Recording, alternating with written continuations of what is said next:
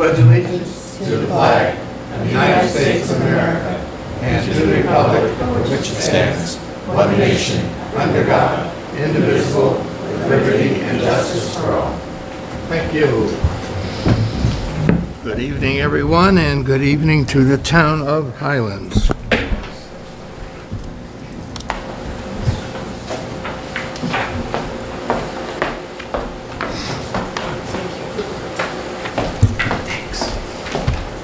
Public comment on agenda items. Daniel, I see you out there.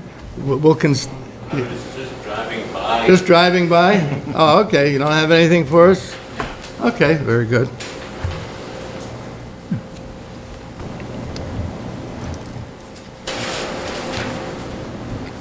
Approval of the previous minutes. I have the minutes of the July 9th meeting.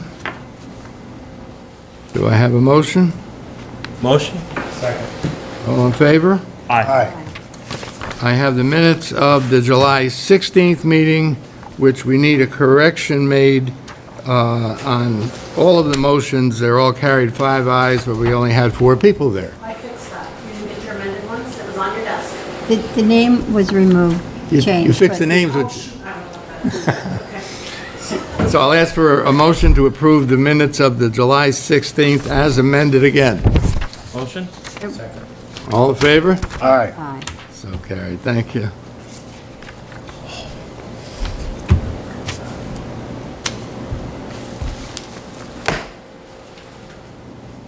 Okay, communications. I sent a letter to, or I had Deborah Graves, our purchasing agent. Account clerk. What, say what? Account clerk. Account clerk. Who's our purchasing agent? I don't have one. Okay. Then she's also that then, right? I had her send a letter to Orange and Rockland. And the letter basically says that we've got 9 streetlights that are not working, and we want a discount for this lack of service for account, and with the number of the account. Should you have any questions, call me. I figured it out. It's, I think, if I remember right, 5% of the street lighting we have, which amounts to a couple $100 in a month, which I don't care about the couple $100, but I think this will give them an initiative to fix the lights. If not, we'll take the discount till they get done. So I just thought it was the right thing to do.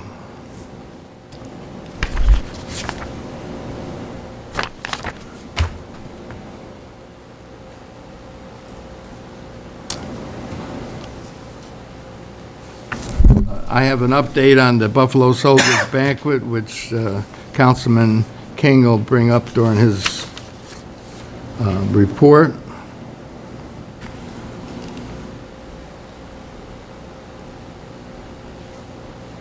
There will be this National Night Out on August the 7th, which we will be present at. Our chief, or our deputy chief will be there. Okay. Financial reports and resolutions, I don't really have any for a change. Mary Jane, you don't have a whole bunch of bills paid to put out, but I would like to talk about the health insurance at this time, because we've got to approve it at this meeting, otherwise we will have no health insurance. So It's a tight time. Kelly, would you just give us a quick run over of what we have? So what I sent you in your email today was the renewal for our health insurance, keeping everything the same. It's the same plan that we've had. The increase is about 10%, although I think it's in reality it'll be less than that because of the utilization of the deductible. Not everyone uses meets the full deductible, so we don't budget for the whole amount, but it doesn't all get used. So I think we'll be a little bit under that. Last year, I gave you the numbers in the email, which I don't remember.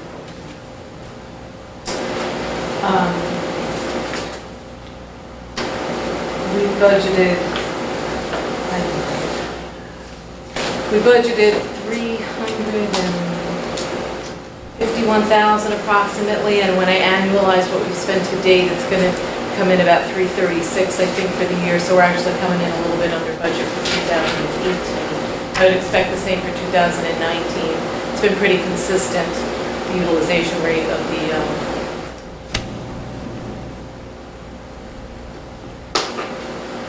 keep drawing. Thank you, the deductible.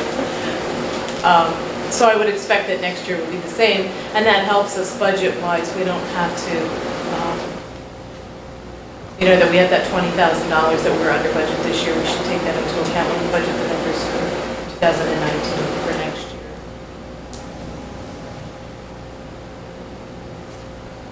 So if you could, is there any questions, first of all, town board?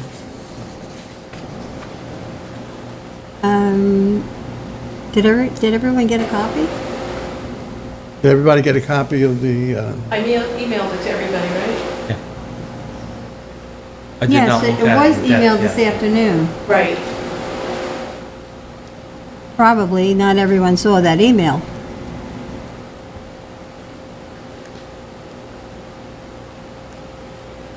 well, we brought it up at the last meeting, basically, that it was, 8 to 10% higher than the year before, same plan, same program. It also doesn't take into account the numbers that were in the proposal. It doesn't take into account the employee contribution to the health insurance. So there is, it's not just, that's the cost, but the employees do contribute to that. And I think I have $13,000 maybe.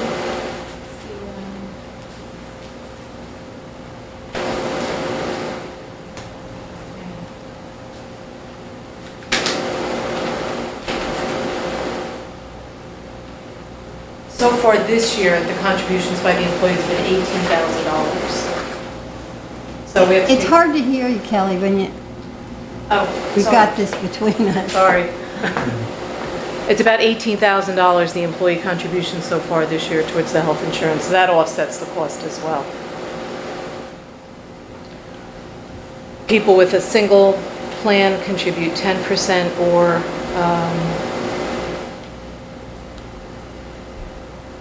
10% and 13%. It's different for the union and the non-union employees. Family non-union employees contribute 15%. The union employees, maybe it was 13 or 12%, and then 10 and 8 for a single plan. On the contribution, in both union, or not both, there's only one union, that's decided with the union contract, correct? That's in the union, the Town of Highlands employees. The non-union employees, when is that decided what their contribution will be? That was decided by the town board in 2011, I think. So that could be changed, I'm assuming, anytime? I think so. It might be in the, maybe it was an amendment to the employee handbook. I'll check what it says in the handbook. I don't recall, I think it was an amendment. but I would think the board would have amended the handbook at that point to make it clear. Yeah, so there can be another amendment process.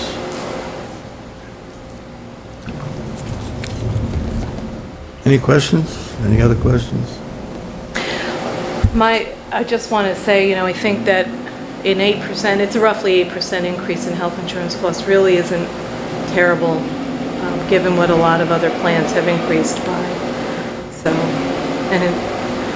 I think all the employees are really happy with the insurance coverage that the town offers them, and it's much appreciated by them all. I guess 8% is good as far as health insurance goes, but it's still 8%. We're still facing a tax cap.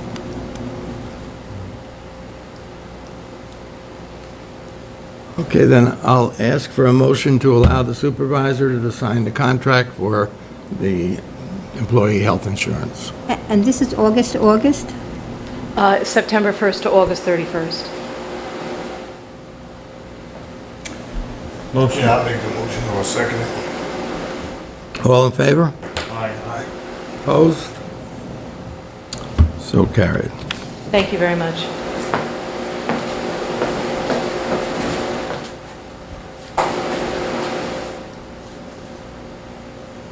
Board liaison reports, we'll start out with Richard Parry. No report. What, I caught you unready, you weren't ready, were you? June? I went to the senior Highlanders meeting, I guess it was last Tuesday, and I have to say that the new president ran a very good meeting. It was enjoyable. Everyone got along. We had a few laughs, and I think will do a very good job, so hats off to Chris Burns. And I know that he's looking for lots of people to join the organization, and so that it will be a little more lively.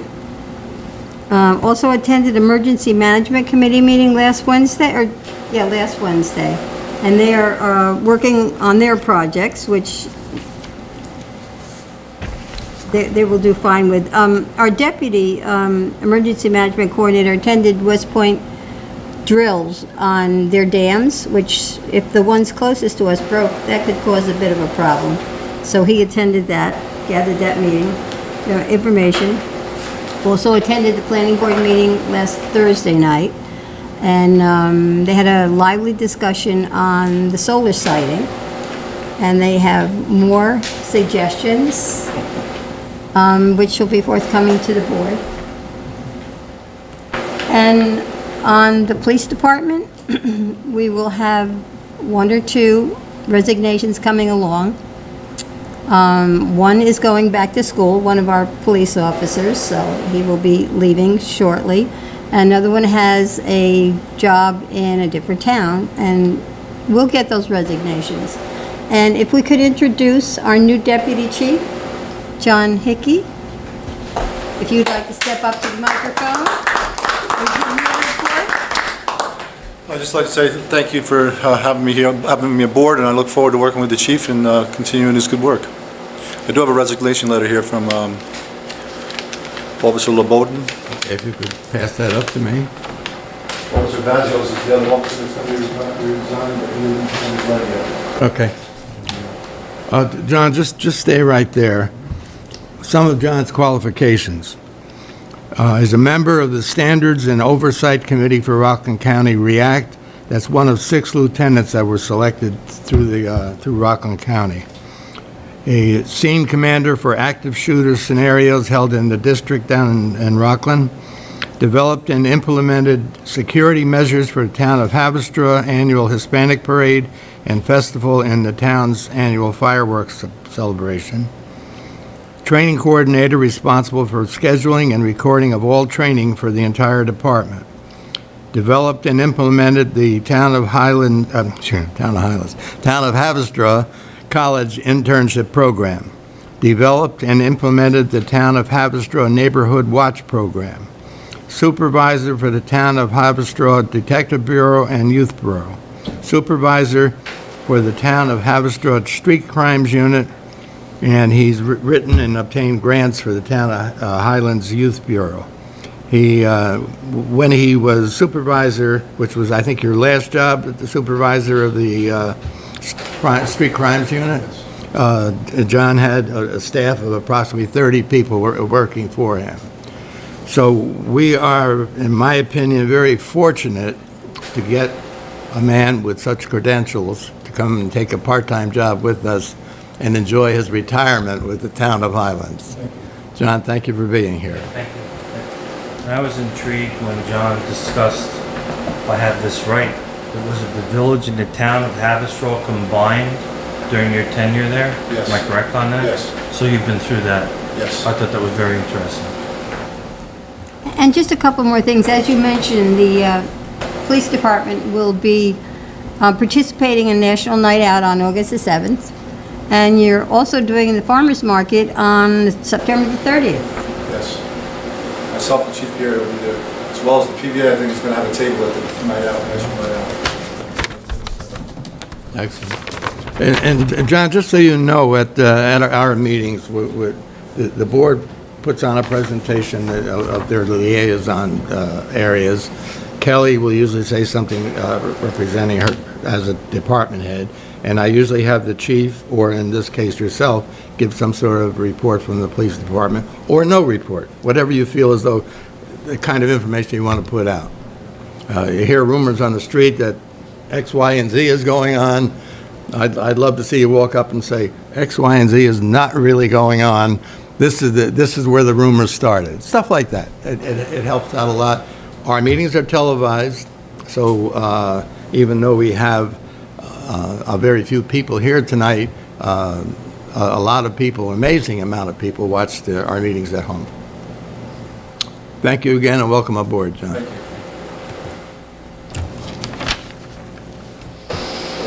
You done, June? Yes. Okay. Councilman King? Okay, good evening, everyone, and good evening, everyone at home. Couple of things from me. First of all, I want to say that we got an exceptional report back from the audit that took place on 12 July of the dollar bus records. The records were audited by the Cambridge audit firm and the Orange County Department of Planning. This was a yearly audit of the records, the policies, and the record keeping. And so, in my view, the report that came back of exceptional performance is a direct reflection of Ms. Colleen Sloan and her hard work and diligence to making sure that we are, as we say in the military, squared away in that particular area. She's passionate about it, as most people know, and she does an exceptional job, and this is evidence of that. Excellent. And so I want to talk to you later, Supervisor, if there's some sort of certificate or something we can do of appreciation, I recommend that we do it. But definitely, congratulations to Colleen and the town. Additionally, I have a note here that actually went to the supervisor from the Buffalo Soldiers Association of West Point. Apparently, there was a correction to a previous announcement. It was actually a misprint of their annual banquet promotions. And so the revised letter or flyer reads as such. As a past supporter of the Buffalo Soldiers Association of West Point, we are proud to once again offer you the opportunity. You are cordially invited to join the Buffalo Soldiers Association of West Point for our 57th annual memorial banquet on September 2nd, 2018 at Eisenhower Hall on West Point, New York at 2 p.m. to 6 p.m. As a nonprofit supporter, you know that we help to further our cause by fundraisers. Each year, the banquet raises thousands of dollars to provide funds for the Buffalo Soldiers Monument Project on West Point. For those who didn't know, there's a project going on. These funds will also benefit educational programs, workshops, and community outreach like the one that goes on here in Highland Falls that is related to STEAM, science, technology, engineering, math, and what else? Art. See, of course, I didn't get to experience that growing up. But I will tell you, I have went over and observed this program at the middle school here in Highland Falls, and I thought it was exceptionally well done, and the kids really gained a lot from it. The annual banquet is a wonderful event that supports the programs, and then also there's tickets for $55 each. Now, I think this year is going to be so for those who don't know, this was started by our very own Sergeant Sanders Matthews. It's kind of just mind-boggling that they were able to sustain this thing for 57 years. He led this just about up until the time he passed 2 years ago. So I just thought it was interesting. But now this year is unique in the sense that it's the 57th year, but it's going to be something that I believe shadows that. If anybody knows the Matthews family, you're probably aware that it will be the 100th year of life for Miss Cora Matthews, who will turn 100 right around the same time that they do this event. So I wouldn't be surprised if there'd be a special happy birthday song or something going on. Sure. So I just want to share that with you. And lastly, I would say Echoing the supervisor's comments, I want to congratulate Deputy Chief John Hickey. And I would also caveat with saying, to me, this is another example of the type of folks that are attracted to come to such a good community, where you can find a man with all that experience and training and professionalism who would want to come to the town of Highlands after he retired over 30 years of law enforcement experience. It says a lot about the community here to be able to attract that type of person. Definitely says a lot about the police force here, led by Chief Pieri, and all the great things that they've been doing to be able to have someone of the caliber of Deputy Chief Hickey. So congratulations again, and I think we congratulate ourselves as a community to have another great member of law enforcement in our backyard. That's all I got. My turn? Certainly. I got a few things. So the ZBA did not meet last month, or this month, should I say. I do believe they will be acting on the matter in August, which would be the third Wednesday, would be the 15th of August. I won't be able to attend, so if anybody wants to go, I'm disposed that evening. Building Department, my monthly report for the month of June. There were 16 permit applications received, 15 were issued, 0 operating permits were issued, 11 certificates of compliance occupancy were issued, 37 building permit inspections, 17 fire safety inspections, 51 advisory violation notices were issued, 8 municipal searches, 0 zoning variance applications were received, 1 planning board application was received, there were 9 FOIL requests, and 177 total number of physical inspections. I'm going to give the building inspector just a little bit of a plug. He's very respectful to me, and he communicates with me nicely, and it's a pleasure. So I know there might be some people that have issues going on around town. I think he is doing the best that he can, and I'm going to support him. Water District number 1 and 2, which is part of my thing, I never talk about it. I guess Pat's on vacation, so I couldn't catch up with him. When he comes back, we're going to talk about any matters going on there. It's not my liaison thing. I talked a little bit about Garrison Pond last month, and we talked about the solar beam. I see that they did treat it. You know better than me what they treated it with. On the pole in front of my house, they call it schooner herbicide. I see the Eurasian milfoil, which is the weeds growing up to the bottom, have subsided, and there's blue-green algae on top, which is much more recreationally acceptable. We'll see how long it lasts. You may have more to add to that. No, I don't have anything to add to it. I didn't know they treated it again. Yeah, on on the 20th. With the sewer. So for the month of June this year, the average monthly flow was 75,000 gallons a day with 3.1 inches of precipitation. A year ago, the average monthly flow was 72,000 gallons a day with 4.1 inches of precipitation. If you listen to the reports, I'm going to chart them. This year, typically, it's about 3 to 5% more that I'm seeing. When we have storms, there's a little bit of infiltration that changes it. At the end of the year, I'll have a kind of a report on what I see as being the increases. Let's see.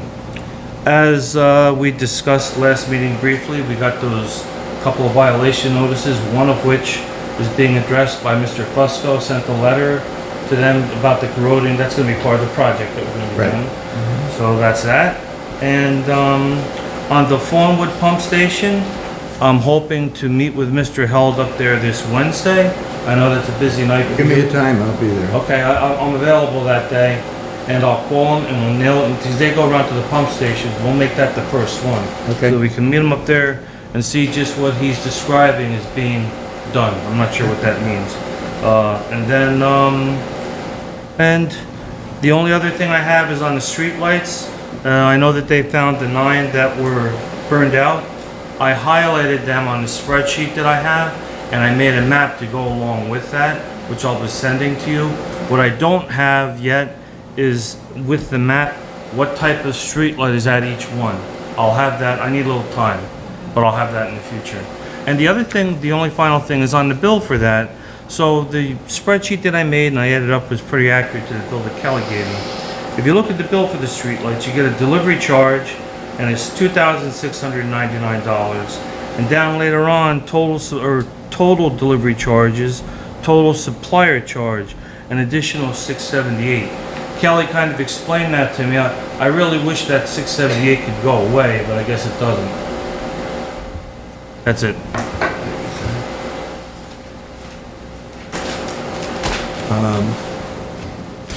I think I should explain how we come about getting our deputy chief. The Orange County has a chief's list that members of the police force in the county will take a test. They're judged on their test, and then they're lined up. There's approximately 30 of them on the chief's list. Of the 30, we canvassed the top 10, I believe it was, 10. Mm-hmm. And Deputy Chief Hickey was number 2 on the list. June, Ty, and Chief Perry interviewed a couple of them, 3 or 4 of them, and the town board interviewed Deputy Chief Hickey. So we don't just randomly pick somebody out. It's a process that we have to go through, according to civil service, but it's a good process that helps us get the right person in the job. So I just thought that was worth an explanation as to how we get someone.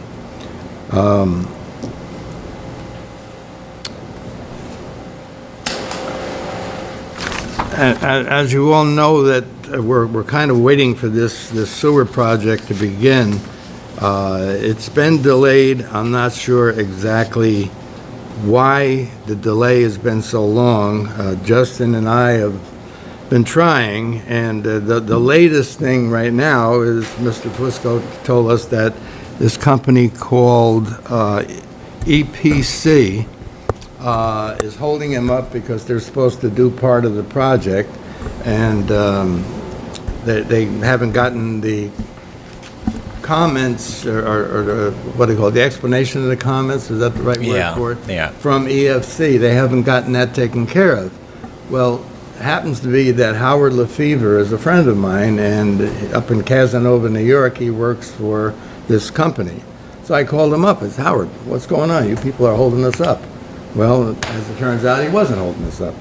And he supposedly 3 weeks ago sent everything down that they need to have. So we got a letter from a very quick email. Spoke to the supervisor today, promised by the end of the week, but I think sooner now that I have everything. So let's hope that gets done. Hopefully, latest September, we get bids out and get going on this project, because this is 4 years now. Yeah, began in late 2014.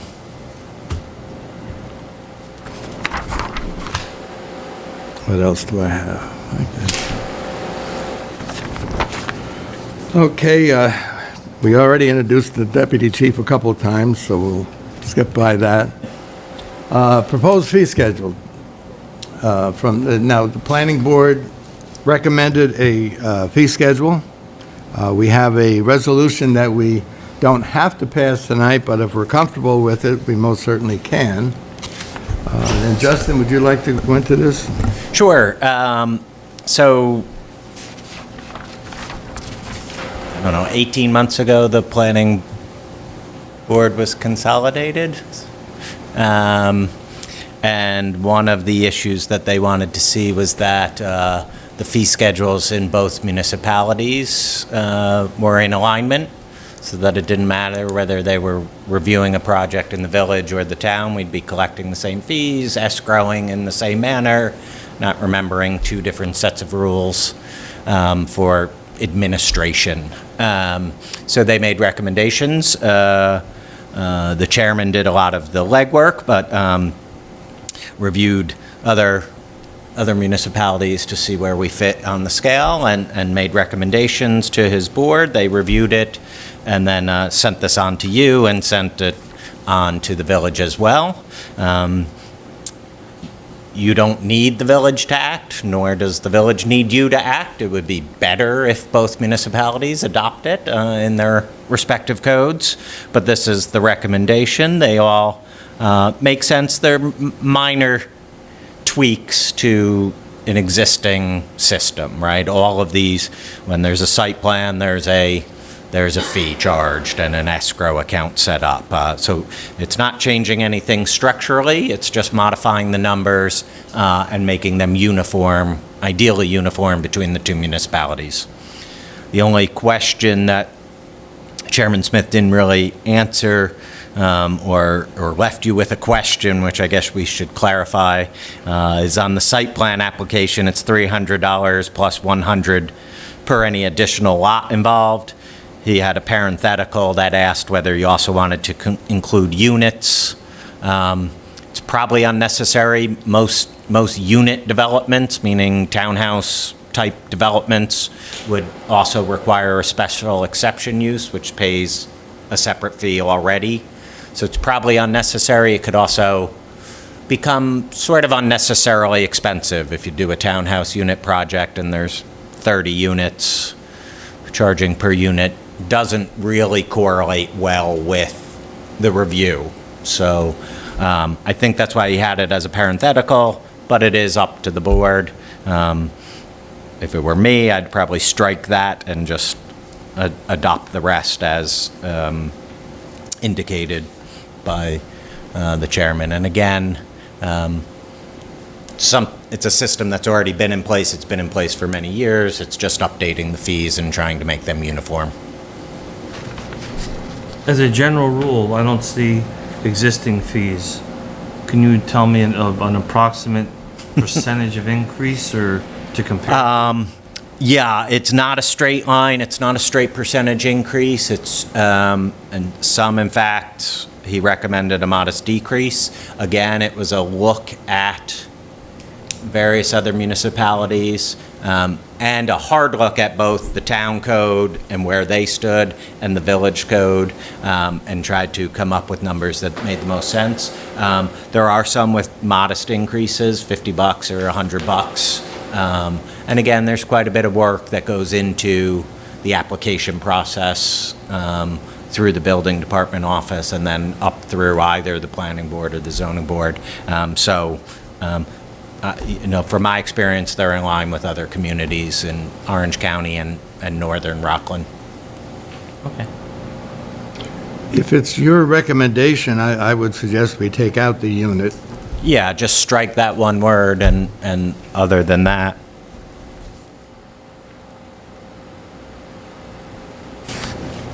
Are there any other questions on it? Well, I mean, Eric's been there a long time now.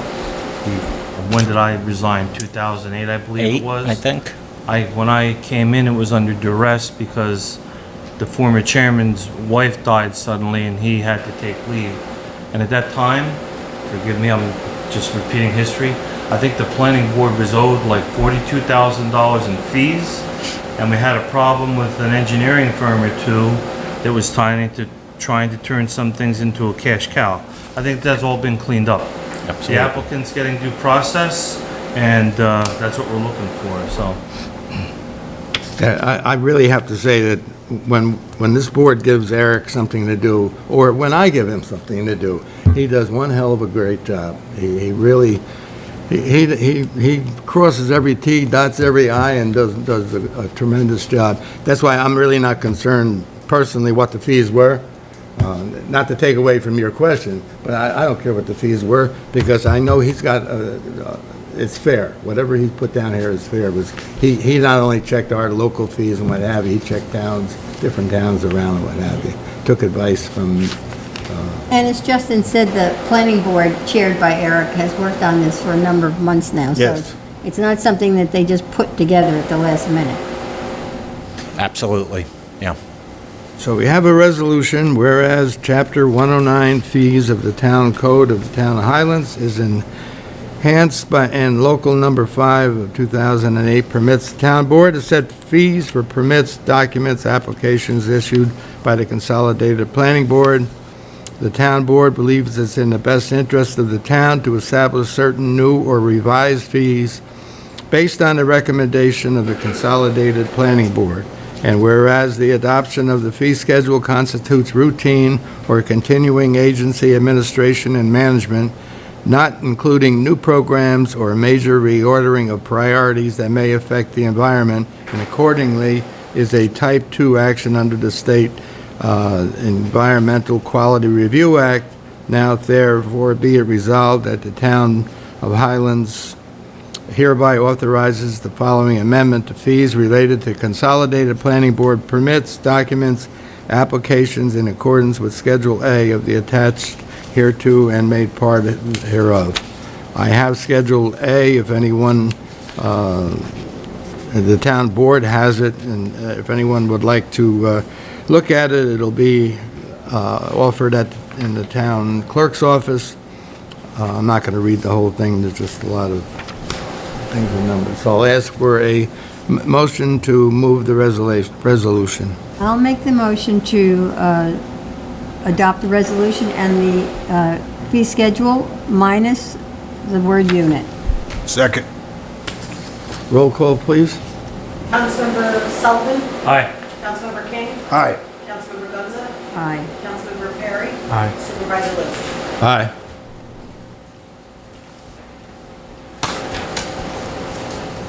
We have kind of an ongoing thing here about a headstone in cemetery.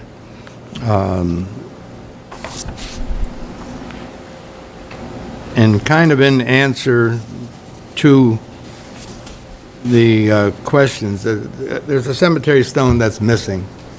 And actually, the person was buried the year I was born, which was a long time ago. It probably deteriorated. The stone next to it has deteriorated and is falling apart. And there is basically, I'm assured, that there was no way that the town highway department did anything such as getting rid of this stone if it crumbled. From our general regulations, the cemetery is liable for damages to the monuments and other installations caused by the negligent acts of its employees. We haven't done anything, and we wouldn't do anything. We regret we cannot be responsible or guarantee that decorations, flag holders, or other items placed on the graves or left at the cemetery for damage or disappearance. A cemetery is not an insurer. A cemetery is not an insurer of the monuments on its grounds, and no liability exists unless the damage is a result of some negligent act by the cemetery or the result of the cemetery to perform some duty. And one more footnote here, since the sale of a cemetery plot does not convey title to the land, but rather conveys only burial rights, it is not practical to record the deed of sale. However, the rights of the lot owner are defined and protected by law and the cemetery. That's the answer to this lady's problem, that we're not responsible for it, and most certainly if she or the family wants to put another monument up, there would be no problem with us working with them to get it done. I'll notify a couple of people that have questioned this and take care of it.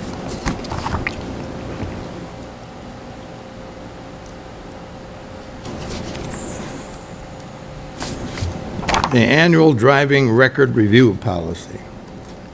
This is a policy sent down to us by our insurance company, and they're recommending that we get this done by a certain date, September 5th. September 5th. So Justin wants to work on it a little bit more, did you say? Yeah, I apologize, not having been here at the last meeting and getting a little behind with my injury. I'd just like to clean it up a little for the next meeting. The words I had a problem with is purpose, to assure that employee drivers. Well, what is an employee driver? I have employees that's at their job to drive, and I have employees that drive as secondary to their job. So I need that. And then the other thing is they shall maintain a current unrestricted New York State operator's license, unrestricted. I need a definition of that. Does it mean I have a restriction on glasses, so and at the same time, if they have some sort of a restriction set down by the Department of Motor Vehicles, if their Department of Motor Vehicles is okay with them driving on their job, then why should we stop them from driving on their job? So it just needs to be, in my opinion, cleaned up a little bit. Maybe others won't agree with me, but that's what I asked Justin. No, and I agree, right? And for, at a minimum, for clarification, what are we talking Yes. about? Yeah. And since we're going to have the drivers sign this every year, I guess, every year they're going to. That's the preferred policy, right, for insurance purposes. Yeah, and we can do that, that's no problem. Yeah. Okay, in, those of you who remember, in particular the town board remembers, we used to start our budget somewhere in August, Kelly? July, I think. And we'd go every Monday. It'd be part of our regular meeting, and then it would be a special meeting. So we're going to try another method of doing the budget, and it's actually the method that's spelled out by the state on how we're supposed to do the budget. Basically, the department heads go to the controller or the budget officer, that you got a new title with that, budget officer. They bring their wish list and whatever else they think they're going to need for the budget. Kelly puts it all together, and okay, we look at the budget, the bottom line says we're $100,000 over the tax cap. Well, now we know our job is to take the budget and trim it down so it fits under the tax cap, if it's possible. But, so we're going to try that. So we are going to have special meetings, if they could be advertised in our local paper, on Monday, October the 1st, Monday, October the 15th, and Monday, October the 29th. These are not regular town board meetings. There will be no public comment. There'll be nothing but the town board sitting down and doing the budget. Most likely, the meeting will take place, if it works, in my office downstairs at the meeting table. The door will be open. It's definitely open to the public if anybody wants to come in and observe. And if I find that I got enough people coming down that we need to move it up here, I have no problem doing that. But it's so much easier to sit there face to face at a table and talk to each other instead of trying to do something like this. So that's our meetings in October. We had an inspection down at the water treatment plant, sewer plant, and there were a number of violations. There were 5 violations. They were all corrected within the time period that was asked. I only have one question, and Richie, for 30 years, to my knowledge, there's never been a discharge notification sign down there. I don't know what it's supposed to say, and I don't know where it's supposed to go, and I don't think Bob knows. So what I'm going to do is I'm going to call up the gentleman that did this, because he offered his number, any questions, what have you, and tell me what you want on the sign and where you want it. I hope you don't want it in the middle of the river, because I ain't putting it out there, but that's where our outflow ends up. It's, I think, about 25 feet out into the river. I know what you're talking about. I remember when the plant was new. I don't remember it then. I don't remember it since. Yeah. So, Oh, you remember a sign back then? no sign, ever. Oh, I mean, I know where the outflow is on the plant, that little stream that's cement encased, and it's open, and that runs down the creek and all the way on out in the river by about 25 foot. So, I mean, I know where it's at, but I don't know where you want, I'll put a sign up anywhere he wants. It doesn't make any difference. But the rest of it's been taken care of, answered by Bob Held, and did a good job. I think it was right next to the railroad track. There was a sign? Oh, okay. It probably got knocked down Sure. with the Yeah. accidents and stuff. So. Yeah, so I'll just ask him where he wants the sign. We'll put it up. All right, that's all the agenda has. Anybody have anything? Is there any public comment? Anybody? Danny? I just said,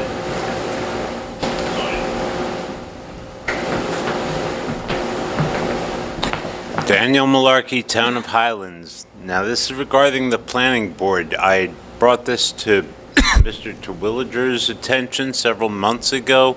The property next to me, the storage lot or junkyard, over 2 years has expired since they got their variance on the zoning, meaning that they had to re-vote on that. I brought this to Mr. Terwilliger's attention. Next time he saw me, he told me that they had a vote on this, and they extended the variances. First off, I think that neighboring properties should be mailed something that there is going to be another vote on this. Second, what really upsets me is Eric Smith should recuse himself from that vote, and is that he has a trailer stored on that property. He certainly should be aware of this. This is the type of things that goes on in this community that I'm trying to put an end to. However, I'd like to see another vote on that property on the zoning variance, have the neighbors all informed on that vote, and like I say, Mr. Smith and any other individual on the planning board that has any relation to Mr. Lawless, the property owner, or has a vehicle parked on that property, to be recused from the vote. I will relay your message, Daniel. Justin, Well, I can I believe if it's a variance, Yeah. it would be the zoning board, Well- correct? Well, so I'm not aware, I don't recall reading the specific variance resolution by the zoning board several years ago now. But typically, they don't have timeframes. Typically, if there is a time frame, it is in which to do the project. So if you get a variance granted in 2018, but you don't move forward with your project, usually it's a year or two, within a time frame, and build your project or do what the variance has allowed you to do, then you would need to go back and get another vote. Usually, a variance is granted, it's granted in perpetuity for the purpose in which it was granted. Meaning, in this case, it was granted to allow for the open area parking or storage, which was not a use that had previously been defined in your code, and hence the need for the variance. Usually, once that's granted, if the project comes to fruition, then it's good forever. So I'd have to, I'm not saying Mr. Malarkey is wrong, because I haven't read that variance. I don't know that I ever read it, but if I read it, it was 5 or 7 years ago when the project got approved at the planning board level. Could you look into that, So Justin? I'd be happy to look into it, but it'd be an odd fact pattern that would require another vote, right? There's variances all over town, whether they be for parking, setback requirements, square footage. You don't go reapprove those once someone builds the house into the setback requirement, right? Because you're not going to have someone tear down a house because 4 years later, a zoning board makes a different determination. So I'm happy to look at it, absolutely, and if I'm wrong, I'll certainly inform the board that I'm wrong, and they can convey the information, but Hey, Daniel, if you don't hear from me within a week, give me a call. Okay, and like I say, if it is revoted, the neighbor, I just assume the neighboring properties would be informed. Yeah. I believe the initial variance, the neighboring properties were informed. I collected over 300 signatures against that property even being what it is. Supposedly, Mr. Lawless outsmarted the community by filing for this out in Orange County. My mother tells me the town can override that easily, and there's that property, and I'm sorry, I know it's nothing you're concerned, well, not your, it is your concern, but not anything of your doing, but the lot across the ways from your restaurant, there's that trailer thing, and there's always like a beat-up car in there or something, and Well, there's the trailer, there's a number of cars that are put for sale signs, so it's not always the same car, but it's the same trailer that's been there for years. In fact, I just noticed the McDonald's sign gone a couple of months You ago. just noticed it? Well, a couple of months Come ago, on. but I was like, no, Dan. for months I was wanting been to down take for care of years. that under the cover of darkness, but Mother Nature took care of that for us. there you go. All right. But, I'll okay. get back to you, Dan. All right, thank you. It's just, all right, thank you. I do have one more piece of business here. I have the resignation of Police Officer Daniel Bowden. I would like to extend my appreciation to you and the town of Highlands for the opportunity to work for such a professional police department. Effective July the 31st, 2018, I will be resigning from my permission as part-time police officer with the town of Highlands. And I'll ask for a motion to accept the resignation. Daniel LeBowden was a very good police officer, and we're going to be sorry to see him leave. And with that said, I'll make a motion to accept his resignation and wish him well. Second. All in favor? Aye. So carried.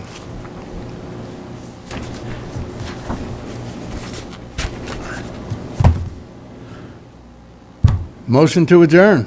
Motion. Second. All in favor? Aye. Aye. So carried.